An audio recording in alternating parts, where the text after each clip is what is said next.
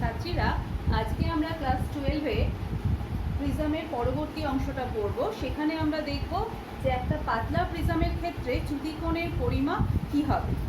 প্রথমেই তাহলে আমাদের জানতে হবে পাতলা প্রিজম বলতে আমরা কি বুঝি। থিন প্রিজম, যখনই কোনো প্রিজমের প্রতিসারক কোণ কোনটা না, যখন দুটো প্রিজমের প্রতিসারক তল তাদের মধ্যে যে কোণ, দুটো প্রিজমের প্রতিসারক তলের মধ্যবর্তী কোণকেই আমরা জানি প্রতিসারক কোণ বলে।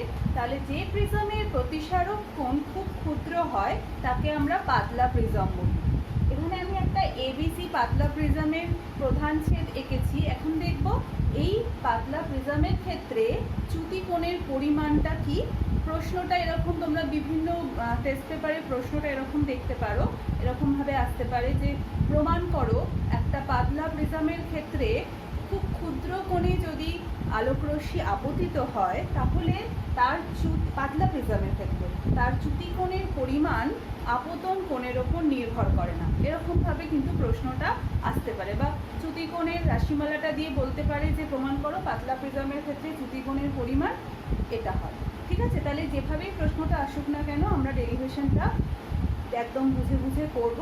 তাহলে দেখা যাক এখন পাতলা প্রিজমে খুব অক্ষুদ্র একটা কোণে আলোকরশ্মি আপতিত হচ্ছে। তাহলে একটা প্রথমেই আমি অভিলম্ব টেনে নিই।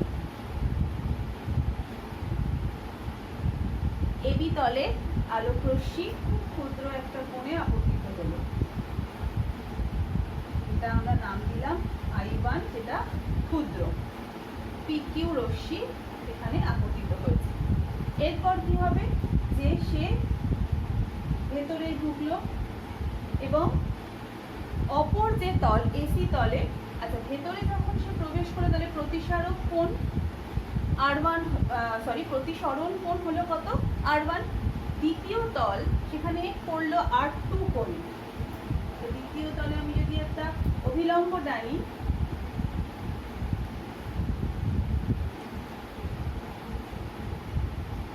তাহলে এই কোণটা হচ্ছে R2 কোণ, এবং দ্বিতীয় তল থেকে যখন নির্গত হবে তখন সেই অভিলম্ব থেকে দূরে সরে যায়। এগুলো আমাদের সব আগের দিন শেখা, এবং সেটাও আমরা ধরে নিচ্ছি I2 কোণ। এই হচ্ছে বিষয়। তাহলে এখানে প্রতিসারক কোণ যেটা অ্যাঙ্গেল এ পাতলা প্রিজমের ক্ষেত্রে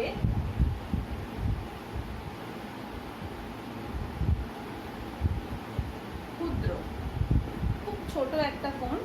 এখন আলোকরশ্মি PQ পথে I1 কোণে পড়লো, পড়ে R1 কোণে প্রতিসৃত হলো। দ্বিতীয় তলে এসি তলে R2 কোণে পড়লো এবং I2 কোণে নির্গমন তার ঘটলো। এই অবস্থায় যেহেতু বলেছি I1টা বলেই দেওয়া হয়েছে খুব ক্ষুদ্র আপতনের জন্য, তাহলে I1টা কিন্তু ক্ষুদ্র কোণ। তাহলে যেই I1 ক্ষুদ্র কোণ হলো, যত I1 ক্ষুদ্র হবে রেসপেক্টিভলি তার প্রতিসরণ কোণটাও কি হবে, ক্ষুদ্র হবে। তাহলে R1টাও কিন্তু ক্ষুদ্র হচ্ছে।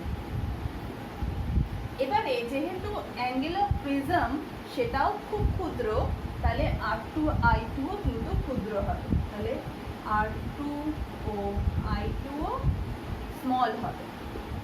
এখন আমরা যদি কিউ বিন্দুতে স্নেলের সূত্র অ্যাপ্লাই করি, কিউ বিন্দুতে, তাহলে আমরা কি লিখতে পারি, mu equal to sine I1 by sine R1। যেহেতু I1 এবং R1 অতি ক্ষুদ্র কোণ, তাহলে সাইন I1কে আমরা অ্যাপ্রক্সিমেটলি ইকুয়াল টু I1 এবং সাইন R1কে অ্যাপ্রক্সিমেটলি ইকুয়াল টু R1 লিখতে পারি। তাহলে পুরো জিনিসটা আমরা approximately equal to I1 by R1 লিখলাম। আর এখান থেকে আমরা লিখছি যে I1 is equal to mu into R1। ঠিক একইভাবে PQ, এখানে আমি নাম দিইনি RS, তাহলে R বিন্দুতে কি হচ্ছে দেখো তো, সেখানেও মিউ ইজিক্যাল টু কি হবে, sign I2 by sine R2। ঠিক আছে। আচ্ছা এখানে তোমাদের আমি যেহেতু তোমরা সামনে নেই, আমার মনে হয় অনেকেরই প্রশ্ন হবে, আন্টি আলোকরশ্মি তো QR পথে যাচ্ছে এবং RS পথে বেরোচ্ছে, তাহলে আপনার তো আপতন কোণ R2 হওয়া উচিত এবং প্রতিসরণ কোণ I2 হওয়া উচিত, তাহলে sign R2 by sine I2 হওয়া উচিত, কিন্তু সেখানে আপনি উল্টো লিখছেন।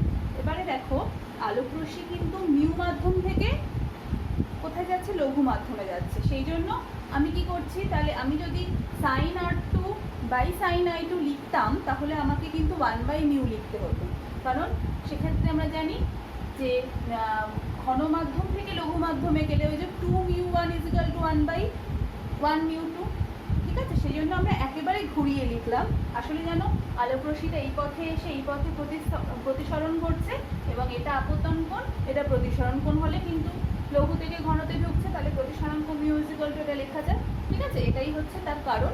তাই আমরা সবসময় যখন দুটো তলে আমরা লিখবো, এখানেও যখন লঘু থেকে ঘনতে ঢুকছে আমরা ওখানেও যেন আলোর প্রত্যাবর্তন নীতি অনুযায়ী লঘু থেকে ঘন আপতন ঘটছে, এই হিসেবেই আমরা I2/R2 লিখছি, ঠিক আছে।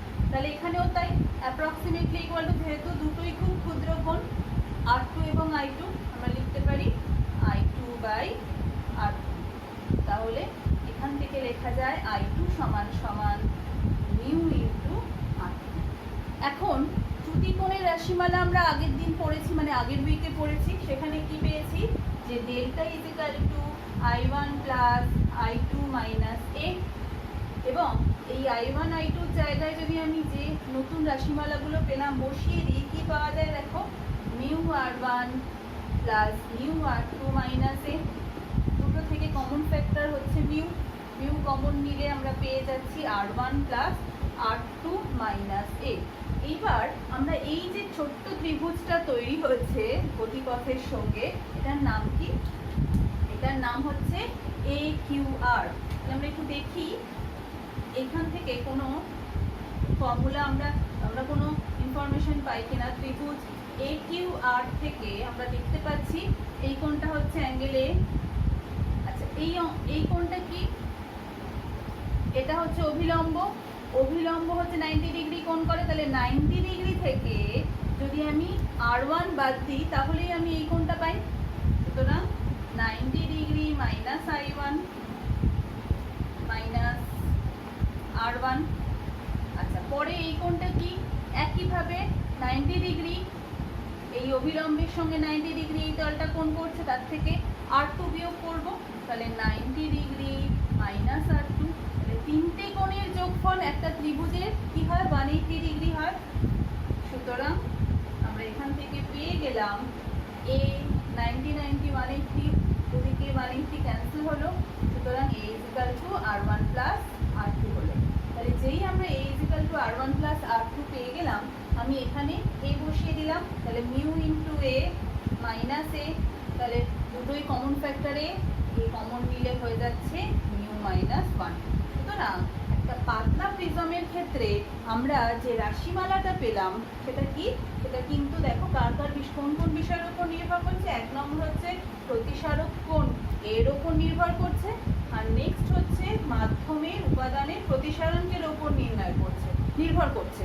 কোনোভাবেই কিন্তু আপতিত কোণ কত, আপতন কোণ কত, I1 কোনোভাবেই এই রাশিমালার মধ্যে আসছে না। তাহলে আমরা যেটা শুরু করেছিলাম, যে প্রশ্নটা থাকে পরীক্ষায়, যে পাতলা প্রিজমের ক্ষেত্রে ক্ষুদ্র আপতন যদি ঘটে, আলোক রশ্মি ক্ষুদ্র কোণে আপতিত হলে কোনো তলে, তার চ্যুতি কখনোই আপতন কোণের ওপর নির্ভরশীল হবে না। তাহলে তার চ্যুতির রাশিমালা কি হবে, ডেল্টা = A ×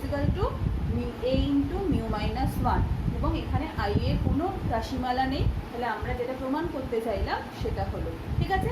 চলে যাব আমরা নেক্সট টপিক। এখন আমরা করব পাতলা প্রিজমের ক্ষেত্রে যদি লম্ব আপতন হয়, আলোক রশ্মি যদি কোনো প্রতিসারক তলে লম্বভাবে আপতিত হয়, সেক্ষেত্রে তার চ্যুতিকোণের পরিমাপ কি হয়। অথবা প্রশ্নটা এভাবেও আসতে পারে যে প্রমাণ করো লম্ব আপতনের ক্ষেত্রে পাতলা প্রিজমের চ্যুতিকোণের রাশিমালা হয় ডেল্টা = A × μ - 1। অর্থাৎ চ্যুতিকোণের রাশিমালা আমরা আগে যেটা পেয়েছি, একটা পাতলা প্রিজমে যদি আলোক রশ্মি লম্বভাবে পড়ে, চ্যুতিকোণের রাশিমালা কিন্তু সেটাই হবে, সেটা আমরা এখন প্রমাণ করব। তাহলে দেখো আমরা আবার একটা পাতলা প্রিজম ABC এঁকেছি, যার আপতন কোণ লম্ব হবে, মানে অর্থাৎ আপতন লম্বভাবে পড়বে। আর আচ্ছা, এখানে প্রতিসারক কোণটা খুবই ক্ষুদ্র, এটা স্মল, এটা আমরা মনে রাখবো। অ্যাঙ্গেল A কিন্তু খুবই ছোট, ঠিক আছে। আচ্ছা, এবারে লম্ব আপতন যখনই হবে তাহলে আমরা দেখবো এই তলের ওপর লম্বভাবে আলোক রশ্মি পড়ছে। লম্ব লম্বভাবে পড়লে আমরা প্রতিসরণের ক্ষেত্রে পেয়েছি কি, যে লম্বভাবেই সে দ্বিতীয় মাধ্যমে প্রবেশ করবে। সুতরাং I1 যে কোণে পড়লো সেই কোণটার মান কত হয়? I1 যদি লম্ব আপতন হয়, I1 এর মান আমরা দেখেছি লম্ব আপতনের ক্ষেত্রে সেই ক্লাস 7 থেকে পড়ে আসছি, তখন 90 ডিগ্রি আমরা অনেক সময় ভুল করে বলে ফেলতাম। আসলে কি না, পয়েন্ট যে বিন্দুতে পড়ছে সেই বিন্দুতেই আমরা অভিলম্ব আঁকি, তাহলে অভিলম্বের সঙ্গে আপতিত রশ্মি এক কোয়েনসাইড করে সমাপাতিত হয়, এবং সমাপাতিত হলে অ্যাঙ্গেলটা কি হয়? 0 ডিগ্রি। এত ডিটেলসে বলে ফেললেন, তোমরা আশা করি তোমরা সবাই জানো যে এক্ষেত্রে কিন্তু I1টা 0 হচ্ছে, ঠিক আছে, লম্ব আপতনের ক্ষেত্রে। তাহলে যখনই লম্বভাবে সে ভেতরে প্রবেশ করছে, তাহলে আর এর ভ্যালুটাও কি হবে? R1টাও কি হওয়া উচিত? 0 হওয়া উচিত। তাহলে এখানে I1 এবং R1 উভয়ই কিন্তু 0 ডিগ্রি।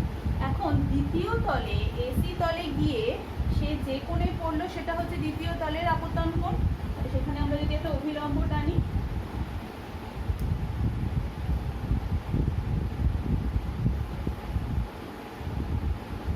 দেখো সেই অভিলম্বটার সঙ্গে আমরা ধরে নিচ্ছি R2 কোণ করছে, তাহলে অভিলম্ব থেকে দূরে সরে যাবে এবং I2 কোণে নির্গত হবে। এবং আমরা বারবার বলছি যেহেতু প্রতিসারক কোণটা খুবই ক্ষুদ্র, সুতরাং R2 ও I2 কিন্তু ক্ষুদ্র কোণ হবে, এটা আমরা মনে রাখবো সবসময়। তাহলে প্রথম তলে রশ্মি লম্বভাবে পড়লো, দ্বিতীয় তলে গিয়ে R2 কোণে আপতিত হয়ে ওই পথে, অর্থাৎ ধরো যদি নাম দিই PQ RS পথে সে I2 কোণ করে নির্গত হলো প্রিজম থেকে।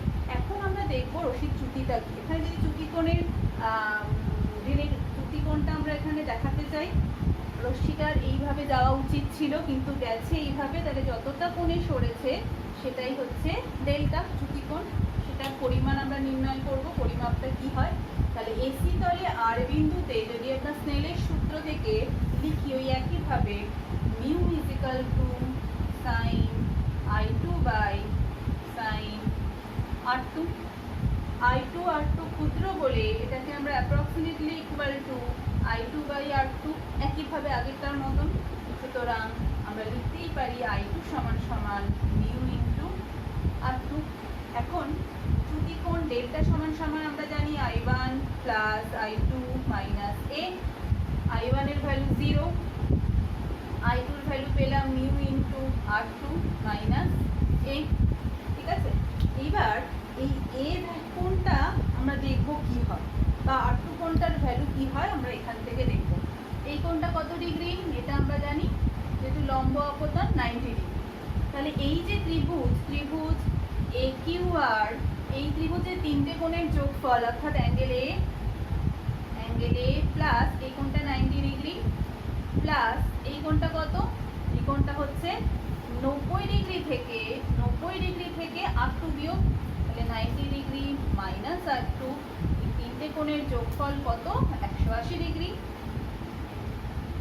তাহলে আমরা পেয়ে গেলাম A minus R2 equal two 0, তাহলে A ইজিক্যাল টু R2। তাহলে দেখা যাচ্ছে এই কোণটাও আর কোনো, এটাও কিন্তু এর ভ্যালু হচ্ছে R2। তাহলে আমি R2-র জায়গায় যদি A বসিয়ে দিই, সুতরাং আমরা পেয়ে যাচ্ছি mu into A minus A, common factor A, তাহলে এখানে পেয়ে গেলাম মিউ মাইনাস 1। আবার আমরা দেখলাম যে একটা পাতলা প্রিজমের ক্ষেত্রে আলোকরশ্মি যদি লম্বভাবে বা প্রায় লম্বভাবে আপতিত হয়, সেক্ষেত্রে উভয় ক্ষেত্রেই আমরা কি দেখতে পাচ্ছি? ডেল্টা কোণের ভ্যালু অর্থাৎ চ্যুতিকোণের পরিমাপটা A ইন্টু মিউ মাইনাস 1, এবং এখানেও আমরা দেখছি আপতন কোণের ওপর কোনোভাবেই চ্যুতিকোণটা নির্ভরশীল নয়, ঠিক আছে। তাহলে বোঝা গেল। এরপর আমরা নেক্সট টপিকে চলে যাব। এখন আমরা পড়ব আপতন কোণের কোন সীমাস্থ মানের জন্য আলোকরশ্মি প্রিজমের অপর পৃষ্ঠ থেকে নির্গত হবে না। প্রশ্নটা কীরকম থাকে যে দেখাও বা আপতন কোণের যে সীমাস্থ মানের জন্য আলোকরশ্মি প্রিজমে পড়ে অপর পৃষ্ঠ থেকে নির্গত হবে না, সেই কোণের মানটা বা রাশিমালাটা নির্ণয় করো বা প্রতিষ্ঠা করো। তাহলে এখানে প্রিজম আছে, আমরা দেখতে পাচ্ছি ABC একটা প্রিজমের ছেদ। এখানে আলোকরশ্মি সীমাস্থ মান যখন বলছি, আপতন কোণের সীমাস্থ মান, প্রথমে আমরা জেনে নিই সীমাস্থ মান বলতে আসলে কি বোঝাতে চাইছি। সীমাস্থ মান হচ্ছে যে মানের থেকে ছোট যে মানটা আছে, ধরো আমি বললাম যে সেই মানটা হচ্ছে তোমার 30 ডিগ্রি, ঠিক আছে, একটা প্রিজমের সীমাস্থ মান 30 ডিগ্রি। তাহলে 30 ডিগ্রি এই সীমাস্থ মানের থেকে ছোট কোণে যদি আলোকরশ্মি প্রিজম পৃষ্ঠে আপতিত হয়, তাহলে অপর পৃষ্ঠ থেকে আলোকরশ্মি নির্গত হবে না। 30 ডিগ্রি থেকে ধরো 28 ডিগ্রি বা 25 ডিগ্রিতে আলোকরশ্মি যদি আপতিত হয়, তাহলে রশ্মিটা অপর পৃষ্ঠ থেকে নির্গত হবে না। কিন্তু যদি 30 ডিগ্রি থেকে বেশি কোণে আপতিত হয়, তাহলে আলোকরশ্মি নির্গত হবে, ঠিক আছে। তাহলে এটাই হচ্ছে সীমাস্থ মান। যে কোণে আলোকরশ্মির যে কোণে আলোকরশ্মি যদি পড়ে প্রিজমে, অপর পৃষ্ঠ থেকে আলো নির্গত হয় না, সেই কোণটাকেই বলা হচ্ছে তোমার সীমাস্থ মান। তার থেকে ছোট কোণে পড়লে কোনোভাবেই আলোকরশ্মি নির্গত হবে না। তাহলে এখন আমি একটা ছবি এঁকেছি, এবিসি একটা প্রধান ছেদ, সেই প্রধান ছেদে পিকিউ একটা আলোকরশ্মি I1 কোণে আপতিত হচ্ছে, দেখতে পাচ্ছি আমরা। কিউআর পথে সে ভেতরে ঢুকলো এবং ভেতরে R1 হচ্ছে প্রতিসরণ কোণ। এইবার এসি তলে সে যখন আপতিত হচ্ছে, তখন তার আপতন কোণটা কি দেখতে পাচ্ছি আমরা, R2। তাহলে এসি তলে আপতন কোণ R2, এবং এই কোণটার একটা বিশেষ বৈশিষ্ট্য কি, সে যখন এসি তল থেকে বেরোচ্ছে, আমরা দেখতে পাচ্ছি ওই প্রিজমের প্রতিসারক তল এসি তল ঘেঁষে সে নির্গত হচ্ছে। আমি এই অ্যারো দিলাম, অর্থাৎ আরএস যে রশ্মিটা সেটা আসলে এসি তল ঘেঁষে বেরোচ্ছে। তার মানে কি হচ্ছে, ওখানে অভিলম্ব টানলে I2 যে কোণটা, নির্গমন কোণটা, সেটা আসলে 90 ডিগ্রি হয়ে যাচ্ছে। তল ঘেঁষে বেরোলে ওই তলের ওপর অভিলম্ব টেনেছি, তাহলে একদম তল ঘেঁষে যখন বেরোচ্ছে আসলে I2 90 ডিগ্রি হচ্ছে। সুতরাং R2 আপতন কোণের জন্য I2 নির্গমন কোণ যদি 90 ডিগ্রি হয়, তাহলে ঘন মাধ্যম থেকে লঘু মাধ্যমে যে কোণের জন্য আলোকরশ্মি আপতিত হলে লঘু মাধ্যমে প্রতিসরণ কোণটা 90 ডিগ্রি হয়, সেই কোণের একটা নাম আমরা প্রতিসরণে শিখেছিলাম, সেটা কি ছিল, সংকট কোণ। দুই মাধ্যমের সংকট কোণ। সুতরাং R2 আসলে আর কিছুই না, ওই ঘন মাধ্যমে সংকট কোণ তৈরি হচ্ছে। তাহলে এটা থিটা সি নাম দিচ্ছি, যেটা আসলে দুটো মাধ্যমের সংকট কোণ। ফলে পিকিউ পথে এসে কিউআর পথে যখন R2 কোণে আপতিত হচ্ছে, তখন দুই মাধ্যমের সংকট কোণে আপতিত হচ্ছে বলে দ্বিতীয় তল থেকে যখন সে নির্গত হচ্ছে, তখন তার কত হচ্ছে, I2 হয়ে যাচ্ছে 90 ডিগ্রি, লম্বভাবে নির্গত হচ্ছে। এবারে এই অংশটা আমরা আশা করি বুঝেছি। এখানে আরেকটা আমি ছবি রাফলি আঁকছি, সেটা তোমরা একটু দেখো। এবারে আমি কি করতে চাইছি, সীমাস্থ মান বার করতে চাইছি, যে মানটার থেকে কম কোণে পড়লে আলোকরশ্মি বেরোবেই না। তাহলে না বেরিয়ে সে কোথায় চলে যাবে, সে কিন্তু আবার প্রিজম মাধ্যমেই ফিরে আসবে। তাহলে সেই জন্য রশ্মি চিত্রটা কেমন হবে আমরা দেখি। তাহলে একটা অভিলম্ব এঁকেছি। এবারে I1 এর থেকে যদি ছোট কোণ হয়, এই কোণটা, যেটা I1 এর থেকে ক্ষুদ্র একটা কোণ, ধরো থিটা কোণে পড়েছে, রশ্মিটা গেল, তাহলে এখানে R1 তৈরি হলো। এবং কি ঘটনা ঘটবে ভালো করে আমরা দেখিনি। আমরা জানি R1 প্লাস R2 একদম প্রিজমের যখন আমরা ডেল্টার রাশিমালা বার করছিলাম, তখন আমরা কি দেখেছিলাম, R1 plus R2 equal to প্রিজমের প্রতিসারক কোণ A। এখন I1 যত ছোট হবে, R1 এর ভ্যালুটা কি হওয়া উচিত, আরো ছোট হওয়া উচিত। তাহলে R1টা কি হয়ে যাচ্ছে, ছোট হয়ে যাচ্ছে, ঠিক আছে। তাহলে এ কোনো মাধ্যমের প্রতিসারক কোণ সবসময় নির্দিষ্ট হয়, তাহলে সেই এটা নির্দিষ্ট, আর R1 প্লাস R2 এর ভ্যালুটা এর সঙ্গে সমান। তাহলে R1 যদি কমে যায়, অটোমেটিক্যালি R2কে কি হতে হবে, বেড়ে যেতে হবে। তাহলে R1 যেই ছোট হয়ে গেল, R2 কিন্তু কি হবে, বেড়ে যাবে, বৃদ্ধি পাবে বা বেড়ে যাবে। তাহলে R2 যেই বেড়ে গেল, আগে কি ছিল, R2 এই I1 এর থেকে কম কোণে পড়লেই R1 কমে গেল, R2 বেড়ে গেল। আগে R2 থিটা সি ছিল, সংকট কোণ ছিল, এখন থিটা সি থেকে বেশি কোণে সে আপতিত হচ্ছে। তাহলে পরে কি ঘটনা ঘটবে, যেই এই R2 কোণটা থিটা সি থেকে বড় হয়ে গেল, যেহেতু বেড়ে যাচ্ছে, সুতরাং আলোকরশ্মি আর সে কিন্তু দ্বিতীয় মানে ওই লঘু মাধ্যমে আর বেরোবে না, সে আবার কিন্তু প্রিজম মাধ্যমে ফিরে আসবে।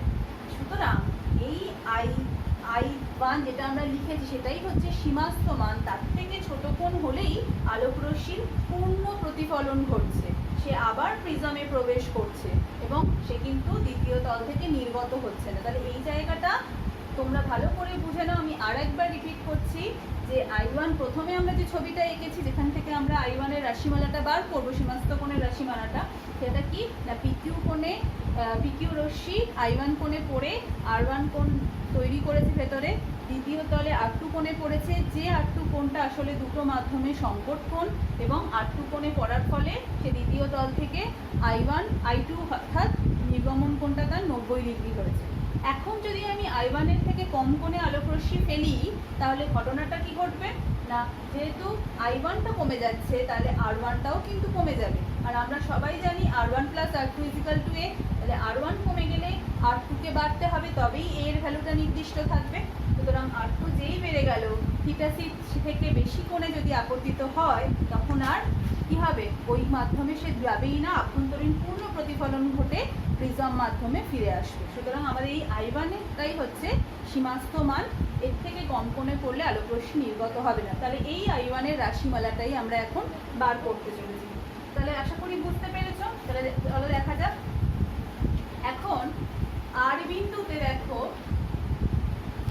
যেই θc পড়ছে, সংকট কোণে পড়ছে, তাহলে কি হচ্ছে 90 ডিগ্রি করছে। তাহলে ওই R বিন্দুতে প্রতিসরণ কোণ বা তোমার স্নেলের সূত্র যদি অ্যাপ্লাই করি, sin 90 degree by sin R2 কি হবে মিউ। এবারে দেখো 90 ডিগ্রির ভ্যালু 1, তাহলে sin R2 = মিউ। এখান থেকে লেখা যায় কি, এখান থেকে লেখা যায় sin R2 = 1/μ। এটা আমরা লিখতে পারি sin R2 = 1/μ। এইবার আমরা ডেল্টার ভ্যালুটা লিখব। আচ্ছা, কিউ বিন্দুতে আমরা লিখি স্নেলের সূত্র। প্রথমে কি লিখতে পারি, কিউ বিন্দুতে মিউ = sin I1/sin R1 লেখা যায়। এইবার ভালো করে দেখো, I1 যেমন আছে রইল sin I1। আচ্ছা, আমরা যদি একটু গুণ করে দিয়ে লিখি, অর্থাৎ sin I1 কারণ আমরা এই I1 এর ভ্যালুটাই বার করবো যে কি হয়, সীমাস্থ মানটা কত হয়, মিউ ইন্টু sin R1। এবার এই R1 এর জায়গায় আমরা কি জানি, R1 + R2 = A। তাহলে R1 = কি হবে, আমরা লিখতে পারি A - R2, তাহলে sin A - R2। ঠিক আছে, এবারে সাইনের ফর্মুলাতে আমরা ভাঙছি, তাহলে কি পাবো, sin A cos R2 minus cos A sin R2। ঠিক আছে, এবারে আমরা ভ্যালুগুলো বসাবো। কি ভ্যালু না, সাইনের তো ঠিক আছে, আমরা A জানতে পারলেই সাইনের ভ্যালু বার করতে পারবো।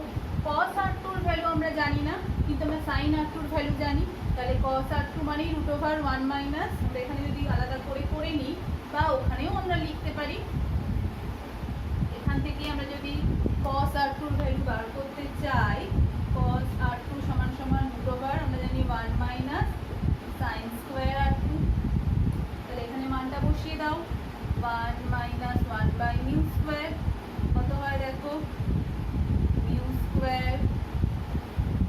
মাইনাস 1, তাই তো। তাহলে μ² - 1, এই জায়গাটাতে কি হয়, μ² - 1 এর রুট, আর রুটের বাইরে μ² বেরোলে মিউ হয়। তাহলে অ্যাকচুয়ালি cos R2 এর ভ্যালু আমরা পেলাম এই অংশটা, তো এটা আমরা এখানে বসিয়ে দিতে পারি। তাহলে আমরা বসাচ্ছি mu into sin A into cos R2 এর ভ্যালু হচ্ছে √μ² - 1/μ। আচ্ছা, মাইনাস আছে cos A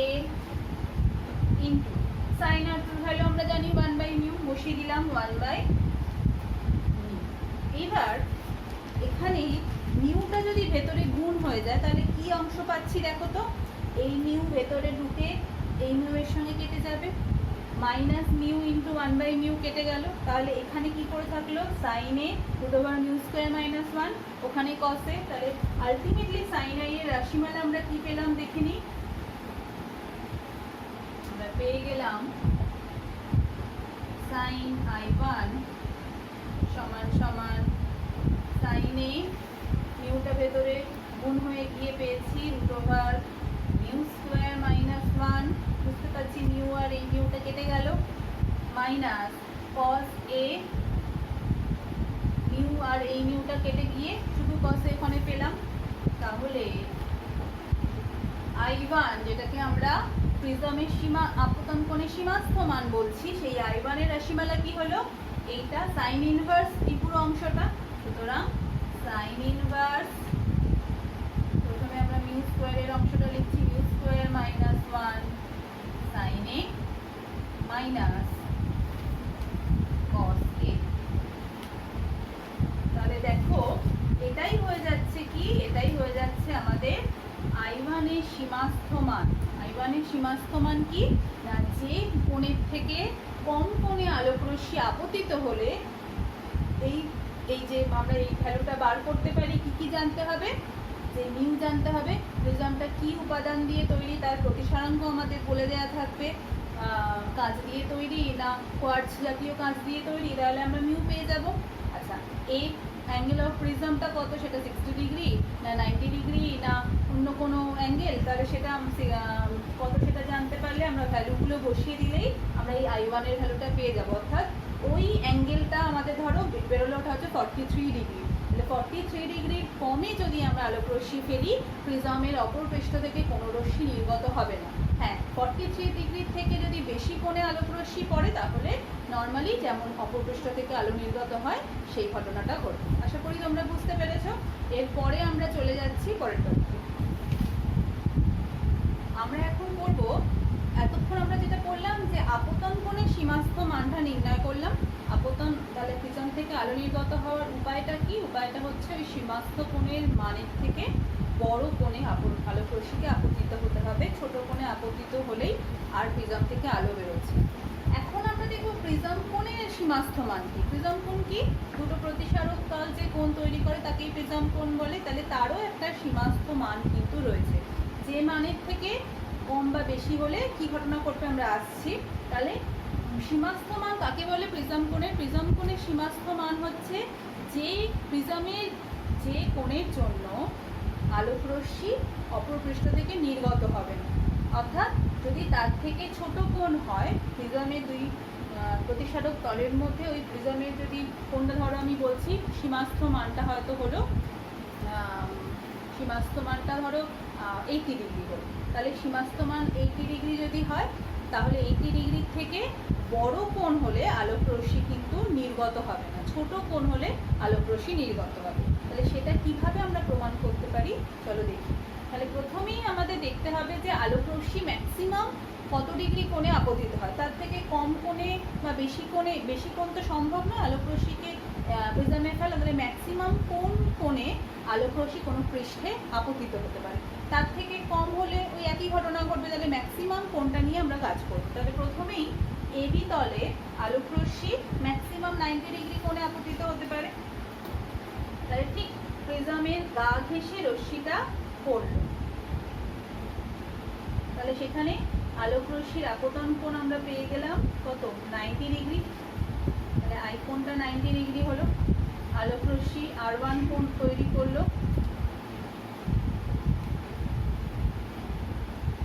ধরা যাক এটা R1 কোণ হলো, এবং অপর পৃষ্ঠে যে কোণে সে পড়লো সেই কোণটা আপতন কোণটা আমরা ধরে নিচ্ছি, সেই আপতন কোণটাকে আমরা ধরছি R2 কোণ করে নিচ্ছি। আচ্ছা, এটার পরের অংশটা আমি বলছি, আগে একটু এটা বলে। আচ্ছা, যদি I1 ম্যাক্সিমাম, I1 এর ম্যাক্সিমাম ভ্যালু কি না 90 ডিগ্রি।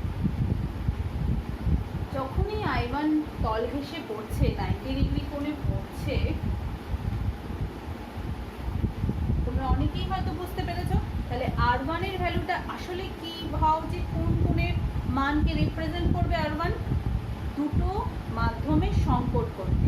কারণ আমরা সবাই জানি লঘু থেকে ঘনতে যখন আলোক রশ্মি পড়ছে তখন 90 ডিগ্রি হলে ঘন মাধ্যমে নিশ্চয়ই সংকট কোণ হবে, তবেই আমি আলোর অভিমুখটা চেঞ্জ করে দিলে সংকট কোণে ঘন থেকে লঘুতে পড়লো, তাহলে লঘু মাধ্যমে 90 ডিগ্রি কোণ করে সে বেরোলো। তাহলে জাস্ট উল্টোটা, 90 ডিগ্রি কোণে পড়লে ভেতরে তার কোণটা যেটা প্রতিসরণ কোণ হবে সেটা আর কিছুই না, R1টা হয়ে যাবে কি থিটা সি, অর্থাৎ দুই মাধ্যমের কি সংকট কোণের মান হয়ে যাবে থিটা সি। আচ্ছা, ঠিক এখন আমরা ধরে নিচ্ছি যখন রশ্মিটা PQ পথে তল ঘেঁষে পড়ে QR পথে গিয়ে দ্বিতীয় তলে এসি তলে এসে R2 কোণে আপতিত হয়েছে, সেই R2 কোণটাও আমরা ধরে নিচ্ছি সংকট কোণের সমান হচ্ছে দুই মাধ্যমে। তাহলে যেই দুই মাধ্যমের রেডিক্যাল অ্যাঙ্গেলের সঙ্গে ইকুয়াল হলো, তাহলে দ্বিতীয় তল থেকে সে কীভাবে নির্গত হবে? একদম 90 ডিগ্রি কোণ করে সে বেরোচ্ছে। তার মানে এখানেও সর্বোচ্চ মান I2 সর্বোচ্চ মান আমরা দেখতে পাচ্ছি 90 ডিগ্রি হচ্ছে। তাহলে এখানেও R2 আমরা পেয়ে গেলাম থিটা সির সঙ্গে সমান এবং I2 90 ডিগ্রি। তাহলে একটা কথা আমি বারবার যেটা বলছি যে কেন আমরা এরকম ধরছি, আমরা চাইছি এর সীমাস্থ মান বার করতে, যার থেকে ছোট কোণ হলে এর কোনো প্রিজমের প্রতিসারক কোণটা ওই সীমাস্থ মানের থেকে ছোট হলে তবেই এক পাশে আলো করে অপর পাশ থেকে বের হবে, এবং তারও কিছু কন্ডিশন আছে, কিন্তু তার থেকে বড় কোণ হলে আলোক রশ্মি নির্গত হতে পারবে না। তাহলে সেই জন্য আমরা ধরে নিচ্ছি যে I1 ম্যাক্সিমাম কোন কোণে পড়তে পারে, 90 ডিগ্রি কোণে পড়তে পারে, তার জন্য R1 সংকট কোণ হলো মাধ্যমে, এবং অপর পৃষ্ঠে যখন সে পড়ছে তখনও সে যদি ম্যাক্সিমাম না সংকট কোণে গিয়ে পড়ে তবেই অপর পৃষ্ঠ থেকে 90 ডিগ্রি কোণ করে সে বেরোবে। কিন্তু যেই 90 ডিগ্রি থেকে কম কোণে সে পড়বে, আমরা তাহলে এটাই সেটাতে আমরা আসছি। তাহলে আমরা গুছিয়ে নিই কথাগুলো, যে I1 90 ডিগ্রি কোণে পড়ছে, R1 হয়ে যাচ্ছে সংকট কোণ, উপাদানের সংকট কোণ। সুতরাং কিউ বিন্দুতে আমরা কি লিখতে পারি? কিউ বিন্দুতে আমরা যেটা লিখতে পারি সেটা কি না, সাইন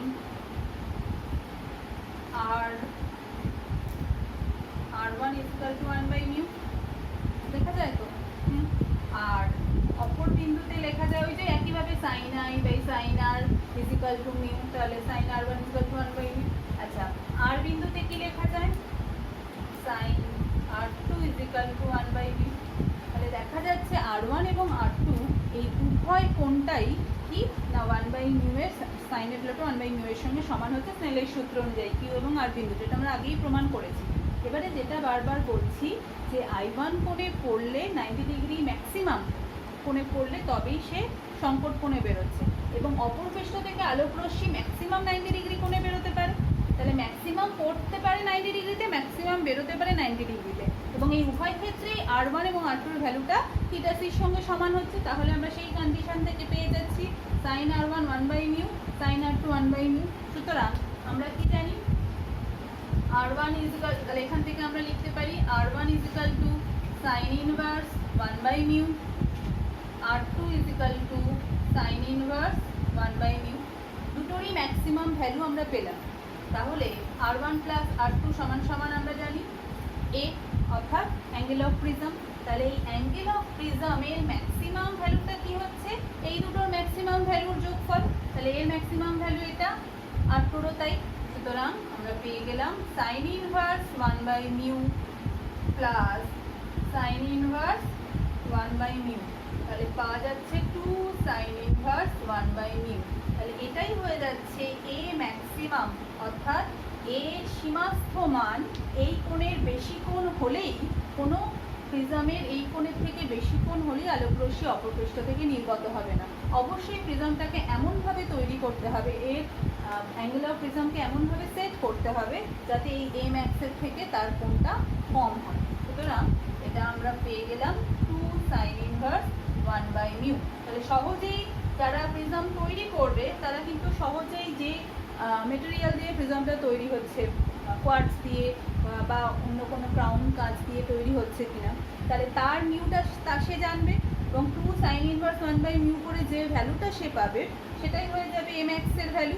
তার থেকে কম অ্যাঙ্গেল সে তৈরি করে প্রিজমটাকে তৈরি করবে যাতে প্রিজমে আলো পড়লে নির্গত হতে পারে। তার থেকে বেশি কখন করবে, ধরো ক্রাউন কাচের তোমার থিটাসির ভ্যালু হচ্ছে কত, 42 ডিগ্রি, অর্থাৎ ক্রাউন কাচ থেকে যখন আলোকরশ্মি বায়ুমণ্ডলে ঢুকবে তখন থিটাসিতে 42 ডিগ্রিতে পড়লে তল ভেসে বেরোবে, ঠিক আছে। তাহলে এই অবস্থায় আমরা দেখতেই পেলাম 2 ইন্টু থিটাসি, এই যে এটা হয়ে গেল থিটাসির ভ্যালুটাই তো আমরা পেলাম এখান থেকে। তাহলে R1 R2 হচ্ছে 2 ইন্টু 2, R1 প্লাস R2 মানে হচ্ছে theta c plus theta c, 2 into theta c, তাহলে 2 ইন্টু থিটাসি মানে কত হচ্ছে 84 ডিগ্রি। সুতরাং যে প্রিজম থেকে আলো আমরা বার করতে চাইছি সেই পারপাসে আমাদের প্রিজমটাকে কাজে লাগাতে হবে। তাহলে তার যদি অ্যাঙ্গেল অফ প্রিজম 84 ডিগ্রির বেশি হয় তাহলে কিন্তু আলোকরশ্মি যে কোনোই পড়ুক না কেন নির্গত হবে না। আর যদি 84 ডিগ্রির কম হয়, যদি এর ভ্যালুটা 84 ডিগ্রির কম হয় তাহলেও কিন্তু 84 ডিগ্রির কম হচ্ছে, ঠিক আছে। তাহলে কিন্তু একটা কন্ডিশন আছে যে ওই আই এর যে আমরা সীমাস্থ মান পেয়েছিলাম তার থেকে কি করতে হতে হবে, বেশি কোণে পড়তে হবে, তার থেকে কম কোণে পড়লে আবার হবে না। সুতরাং আই এর ভ্যালুটাকে যে আপতন কোণে সে পড়বে সেটাকে কিন্তু I1 এর যে সীমাস্থ মান, যে আমরা সীমাস্থ মান পেয়েছিলাম সেই সীমাস্থ মানের থেকে বেশি কোণে পড়তে হবে, তবেই কিন্তু আলোকরশ্মি এক পৃষ্ঠে পড়ে অপর পৃষ্ঠ থেকে বার হতে হবে। তাহলে এই কন্ডিশনগুলো আমরা পরপর যদি লিখি তাহলে আমরা দেখতে পেলাম Max এর ভ্যালুটা হচ্ছে এইটা, এটা আমরা দুটো তলে ম্যাক্সিমাম কোণগুলো দিয়ে নির্ণয় করলাম 2 sin inverse 1/μ। তাহলে আলোকরশ্মিকে যদি প্রিজম পৃষ্ঠ থেকে নির্গত হতে হয় তাহলে প্রথম শর্ত কি, প্রথম শর্ত হচ্ছে এর ভ্যালুটাকে লেস দ্যান এ ম্যাক্সিমাম হতে হবে। এ যদি গ্রেটার দ্যান এ ম্যাক্সিমাম হয়ে যায় তাহলে কিন্তু আলোকরশ্মি নির্গত হবে, ঠিক আছে। এ নির্গত হবে না যে কোনো আই এর জন্য, যে কোনো কোণে আমি ফেলি না কেন, যে কোনো আপতন কোণে আমি ফেলি না কেন সেই আপতন কোণের জন্য কিন্তু নির্গত হবে না। কিন্তু এই যে বললাম এ যখন এ ম্যাক্সের থেকে ছোট হবে, 84 এর থেকে ছোট হবে, তখন কি হবে, তখন 2 নম্বর কন্ডিশন আইকে আপতন কোণকে সীমাস্থ কোণের থেকে কিন্তু বড় কোণে করতে হবে। সীমাস্থ কোণের থেকে আবার ছোট, তাহলে আমাকে সীমাস্থ কোণের ভ্যালুটাও কিন্তু ওই ফর্মুলা থেকে ক্যালকুলেট করতে হবে। সুতরাং সীমাস্থ কোণের থেকে যেই ছোট হয়ে যাবে তখন আবার আলো বেরোবে না, তাহলে সীমাস্থ কোণের থেকে বড় কোণে আলোকরশ্মিকে নির্গত হতে হবে। আর 3 নম্বর শর্ত, যদি আই এর ভ্যালুটা 90 ডিগ্রির থেকে একটু কম হয় তাহলে কি হবে, এখানে আমরা একটু যদি দেখে নিই, আই এর ভ্যালুটা যদি 90 ডিগ্রির থেকে কম হয় তাহলে কি আলোকরশ্মি বেরোবে এই সীমাস্থ মানের জন্য। 90 ডিগ্রির থেকে যেই কম হলো, I1 যেই ছোট হয়ে গেল, 90 ডিগ্রির থেকে কম হলো, তাহলে R1ও কি হয়ে যাবে, এই R1টাও কিন্তু আর যে R1টা তৈরি হবে এই R1 এর থেকে এখন ছোট হবে। সুতরাং R1 প্লাস R2 সমান সমান A, এই ফর্মুলা থেকে আমরা কি লিখতে পারি, R1 যেই ছোট হলো R2কে কি হতে হবে, বড় হতে হবে, তবেই এই দুটোর যোগফল একটা নির্দিষ্ট মান হবে, ওই সীমাস্থ মান। তাহলে R1 ছোট হয়ে গেল, R2 বড় হয়ে গেল, আর R2 মানেই হচ্ছে থিটাসি সংকট কোণ। যেই সংকট কোণের থেকে বড় কোণে এখানে আলোকরশ্মি পড়বে তাহলে আলোকরশ্মি কিন্তু ব্যাক করে আবার দ্বিতীয় মাধ্যমে প্রবেশ করবে, তখন ওই তল থেকে কিন্তু আর নির্গত হবে না। সুতরাং আমাদের মাথায় রাখতে হবে এই কন্ডিশনগুলো, যে I1 এর ভ্যালু যদি 90 ডিগ্রির থেকে খানিকটা ছোট হয় তাহলেও কিন্তু ওই সীমাস্থ মানের জন্য Max এর ভ্যালুর জন্য নির্গত হবে না, আলোকরশ্মি অপর পৃষ্ঠ থেকে নির্গত হবে না।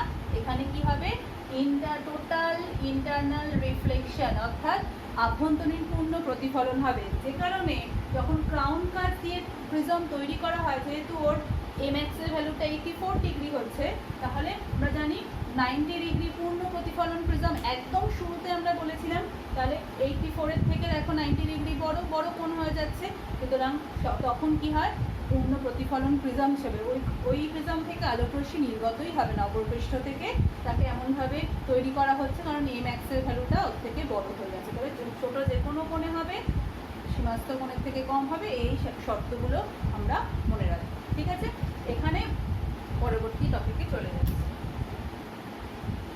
আচ্ছা, আমি এবারে যেটা প্রমাণ করতে চলেছি যে মিউ ইজিক্যাল টু এই রাশিমালাটা, এটা আসলে প্রশ্নটা কিভাবে আসে পরীক্ষায়, তোমরা দেখবে কোয়েশ্চেন ব্যাংকে বিভিন্ন জায়গায় এই প্রশ্নটা রয়েছে, 2010এও এসেছিল এই প্রশ্নটা। বলেছে যে কোনো একটা প্রিজমে আলোকরশ্মি যদি তল ঘেঁষে আপতিত হয়, তল ঘেঁষে মানে I1 90 ডিগ্রি, সুতরাং আপতন কোণ যদি 90 ডিগ্রি হয় বা কোনো প্রিজম পৃষ্ঠে আলোকরশ্মি তল ঘেঁষে আপতিত হয়ে অপর পৃষ্ঠ থেকে যখন নির্গত হচ্ছে তখন যদি থিটা কোণে নির্গত হয়, তাহলে প্রমাণ করো ওই প্রিজমের প্রতিসারান্ত ইজিক্যাল টু এই অংশটা। ঠিক আছে, তাহলে এটা আমরা প্রুফ করবো। তাহলে প্রথমেই আমাদের যে অংশটুকু বলে দেওয়া আছে, প্রথম পৃষ্ঠে সাইন এবি পৃষ্ঠে আর কি 90 ডিগ্রি কোণে আপতিত হলো, তাহলে 90 ডিগ্রি কোণে আপতিত হলে এখানে যদি আমরা অভিলম্বটা টানি, ধরো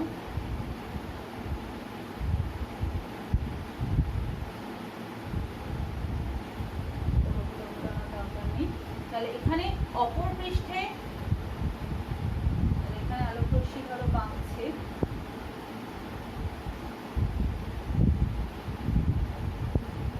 অপর পৃষ্ঠে যেখানে পড়ছে সেখানে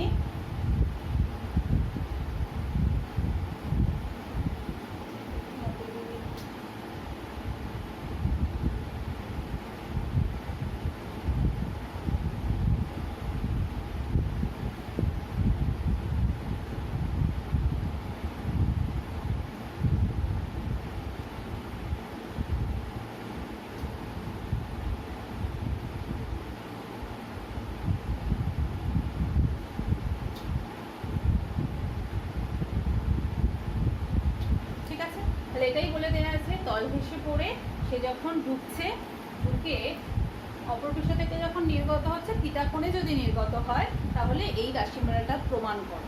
তাহলে আমরা এখানে কি এঁকেছি যে একটা রশ্মি পিকিউ রশ্মি 90 ডিগ্রি কোণে আপতিত হয়ে R1 প্রতিসরণ কোণ তৈরি করেছে, অপর পৃষ্ঠ এসিতে সে যখন আপতিত হয়েছে R2 কোণে পড়েছে এবং নির্গত যখন হয়েছে RS পথে তখন থিটা কোণ করে নির্গত হয়েছে। তাহলে প্রথমেই আমাদের কিউ বিন্দুতে আমরা কি লিখতে পারি, ওই একইভাবে সাইন R1 ইজিক্যাল টু আমরা লিখতে পারি 1/μ, কারণ ওই স্নেলের সূত্র sine I1 by cos sine R1 equal to mu, তাহলে সাইন I1 এর ভ্যালু 90 ডিগ্রি, তাহলে সাইন I1 হচ্ছে 1 বাই সাইন R1 হচ্ছে মিউ, তাহলে সাইন R1 ইজিক্যাল টু 1/μ।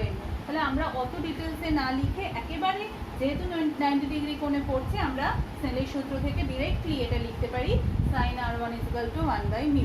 অপর পৃষ্ঠে কি হচ্ছে, অর্থাৎ আর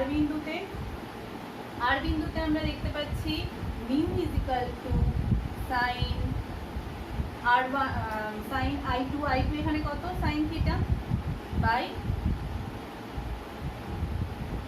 সাইন R2। ঠিক আছে, এইবার যেহেতু I2 ভ্যালু থিটা বলেই দিয়েছে প্রশ্নে, এবারে R2 কে আমরা কি লিখতে পারি, আমরা জানি প্রতিসারক কোণ A equal two R1 plus R2, একদম প্রিজমের প্রথম অংশে বারবার আমাদের এই অংশটা আসছে, তাহলে R2 পরিবর্তে আমরা লিখব কি, আমরা লিখব সাইন A মাইনাস R1, ভেঙে দিই,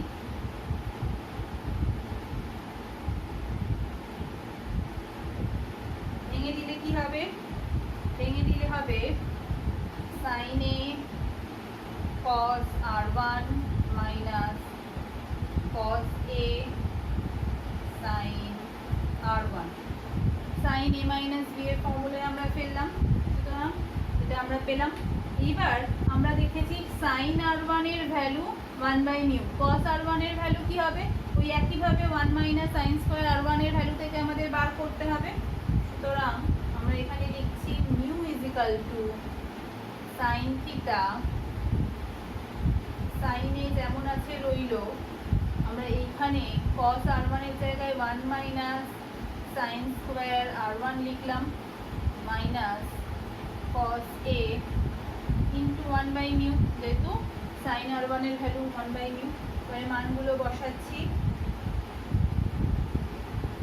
সাইন থিটা সাইন এ মান বসিয়ে দিলে হয় 1 by mu square cos a into 1 by mu. এইবার এই মিউটা যদি তলায় এসে গুণ হয়ে যায় কোন ক্রস মাল্টিপ্লিকেশনে, তাহলে কি ঘটনা ঘটবে?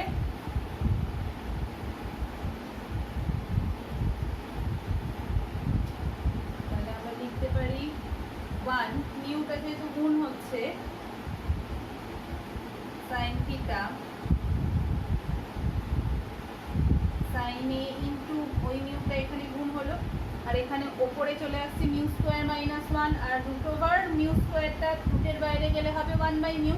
তাহলে mu into 1 by mu root over mu square minus 1। বোঝা গেছে? লসাগু করে mu square minus 1 by mu স্কোয়ারটা বাইরে এসে মিউ, তাহলে ও এইখান থেকে যে মিউটা নামলো মিউ ইনটু 1 বাই মিউ হয়ে গেল। Next minus cos a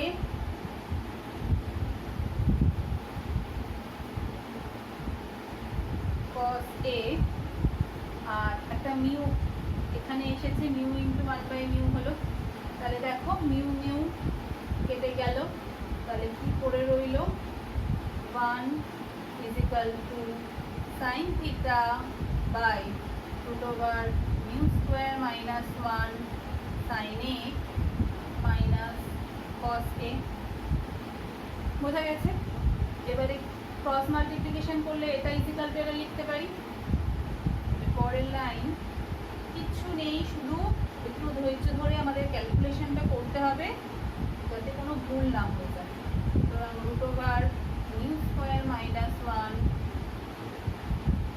sign A minus cos a equal to sine theta. cos এটা ওইদিকে গেলে কি হয়, প্লাস cos a হয়ে যাবে root over mu square minus 1। এবারে দেখো আমরা এখানে পেলাম সাইন থিটা, এই মাইনাসটা ওইদিকে গিয়ে প্লাস cos a হয়ে গেল। এবারে ইনটু সাইন এ সে যদি ওইদিকে চলে যায় ডিভাইড হয়ে যাবে, তাহলে আমি একেবারে স্টেপটা করে লিখলাম সাইন এ। এবারে দুদিকেই যদি আমি হোল স্কোয়ার করি তাহলে মিউ স্কোয়ার মাইনাস 1 হয়ে যাবে আর ওটা হোল স্কোয়ার আসবে। সুতরাং mu square minus 1 is equal to sine theta plus cos a by sine A তার হোল স্কোয়ার। ঠিক আছে, দেখো এই অংশটা আমাদের অলরেডি চলে এসছে। মাইনাস 1টা ওইদিকে গেলে প্লাস 1 হবে, এখানে যেভাবে দিয়েছে সেভাবেই আমরা লিখবো, 1 প্লাস করে লিখবো। সুতরাং পরের লাইন আমরা লিখতে পারি যে mu square is equal to 1 plus sine theta cos a by sine A তার হোল স্কোয়ার ছিল, আর মিউ ইজ ইকুয়াল টু তাহলে টু দি পাওয়ার হাফ। সুতরাং mu is equal to 1 plus sine theta plus cos a divided by sine A to the power half হয়ে যায়। এটা আমরা প্রমাণ করলাম।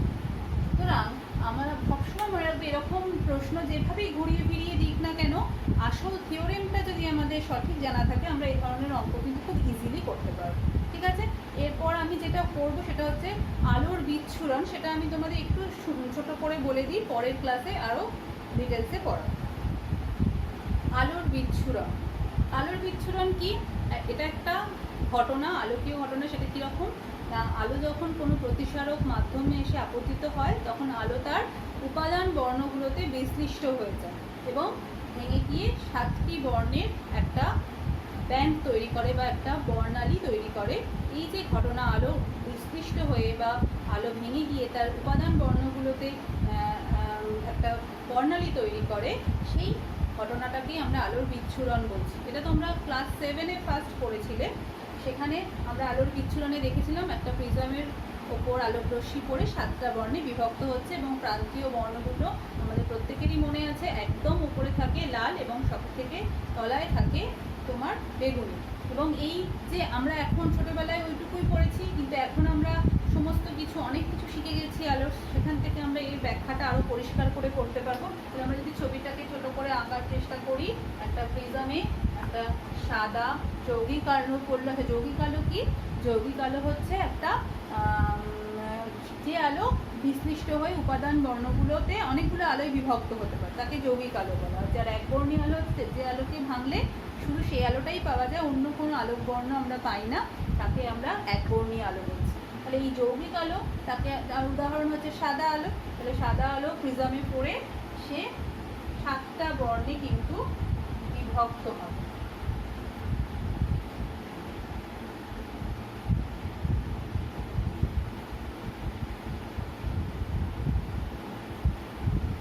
এবং বিভক্ত হয়ে একটা ব্যান্ড বা বর্ণালী তৈরি করবে, যে বর্ণালীর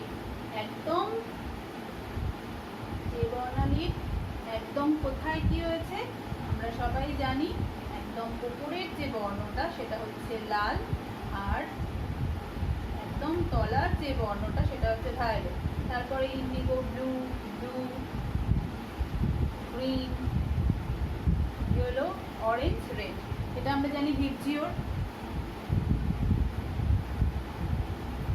তাহলে দেখা যাচ্ছে সব থেকে তলায় যে অংশটা আমরা পেয়েছি সেটা কি?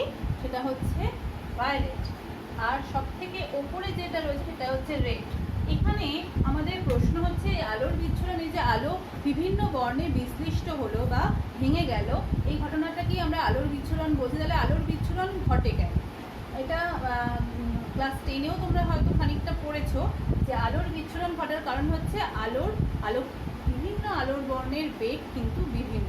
শূন্য মাধ্যমে আলোর 7টা যে বর্ণে আমরা বিভক্ত হলো দেখলাম, সেখানে কিন্তু 7টা বর্ণের একই বেগ, ফলে শূন্য মাধ্যমে কখনোই আলো বিশ্লিষ্ট হচ্ছে না। কিন্তু যখনই সে অন্য কোনো মিডিয়ামে এসে পড়ছে, তখন অন্য মিডিয়ামে প্রত্যেকটা বর্ণের বেগ কিন্তু আলাদা। সব থেকে বেশি আলোর বেগ হচ্ছে তার রেড, লালের, আর সব থেকে কম হচ্ছে ভায়োলেটের। তাহলে যার বেগ বেশি তার মিউ কিন্তু কি হয়? প্রতিসরাঙ্ক আমরা জানি C/V। তাহলে ভি যার বেশি তার মিউটা কি হয়ে যাবে? কম হবে। আর যার ভি কম তার মিউটা বেশি হবে। তাহলে মিউ আর মিউ ভির মধ্যে mu V greater than mu R. এবং আমরা ডেল্টার ভ্যালু থেকে রেখেছি যে যার মিউ বেশি তার ডেল্টা বেশি, যার মিউ কম ডেল্টা কম। সুতরাং যেহেতু মিউ ভিটা বেশি মিউ আর এর থেকে, তাহলে এর ডেল্টা ভিটা কিন্তু এর ডেল্টা আর এর থেকে কি হওয়া উচিত? অনেক বেশি হওয়া উচিত।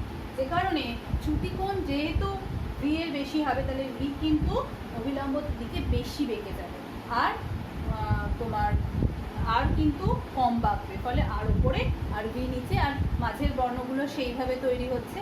আরও একটা জিনিস আমাদের মনে রাখতে হবে, যেহেতু এই 7টা বর্ণে বিশ্লিষ্ট হচ্ছে, তাহলে এখানে মাঝখানের যে দুটোর যে আমরা যদি এদের ওয়েভলেন্থগুলো ভাবি, এটা হচ্ছে তোমার ভায়োলেটের হচ্ছে প্রায় 4000 অ্যাংস্ট্রমের মতন, আর এটাও তাই 8000 অ্যাংস্ট্রমের মতন।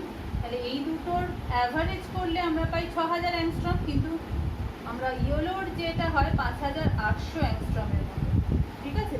সুতরাং এই দুটোর গড় বর্ণ হিসাবে আমরা হলুদ বর্ণকে ধরতে পারি। সুতরাং হলুদ বর্ণ হচ্ছে ভায়োলেট আর রেডের অ্যাভারেজ যে কালার সেটা। তাহলে আমাদের চোখে যখন এই ব্যান্ড আমরা যখন দেখি, তখন কিন্তু হলুদ বর্ণটার জন্য অনুভূতি আমাদের কি হয়? সবার থেকে কিন্তু অনেক বেশি হয়, যে কারণে আমরা হলুদ বর্ণকে গড় বর্ণ হিসাবে বলতে পারি। তাহলে এখন আমরা যে নতুন অংশ এখানে পড়বো ক্লাস 12-এ, সেটা হচ্ছে কৌণিক বিচ্ছুরণ। অ্যাঙ্গুলার ডিসপারশনটা কি? কৌণিক বিচ্ছুরণ আর কিছুই না, যখন এই যে দুটো প্রান্তীয় বর্ণের যে ডেল্টাগুলো, চ্যুতিগুলো, সেই চ্যুতি দুটোর বিয়োগফলকেই আমরা কৌণিক বিচ্ছুরণ বলবো। কৌণিক বিচ্ছুরণ আর কিছুই না, ভায়োলেট এবং রেড বর্ণের চ্যুতিকোণের যে বিয়োগফল, তাকেই কৌণিক বিচ্ছুরণ বলবো। তাহলে এখানে একটা আমরা যদি রাশিমালাটা দেখি, ডেল্টা ভি এর রাশিমালা কি হওয়া উচিত? A ইন্টু মিউ -1, তাহলে মিউ ভি ডেল্টা আর এর রাশিমালা কি? a into mu R minus one. এই দুটোর বিয়োগফল delta V minus delta R সমান সমান কি হয়ে যাচ্ছে দেখো, mu V minus one minus mu R plus one minus one গেলে আমরা delta V minus delta R কে লিখছি a into mu V minus mu R. এটাই হয়ে যাচ্ছে কৌণিক বিচ্ছুরণ। ঠিক আছে, এবার এই কৌণিক বিচ্ছুরণ যখন আমরা করব তখন আরও একটা জিনিস আমাদের মনে রাখতে হবে, সেটা হচ্ছে এই যে হলুদ বর্ণের আমরা আলোর কথা বারবার বলছি, হলুদ বর্ণের আলোটা কি? হলুদ বর্ণের আলোর ক্ষেত্রে আমরা কি লিখতে পারি? ডেল্টা ওয়াই সমান সমান a ইন্টু মিউ কি হওয়া উচিত? Mu Y minus one. এখন কৌণিক বিচ্ছুরণকে আমরা ওমেগা দিয়ে প্রকাশ করি, ঠিক আছে? আর এটা একটা ওই সংজ্ঞা হিসাবে বলবো যে ভায়োলেট এবং রেডের প্রান্তীয় বর্ণ দুটোর চ্যুতির বিয়োগফলকে আমরা কৌণিক বিচ্ছুরণ বলছি। এরপর যেটা শিখবো যে বিচ্ছুরণ ক্ষমতা।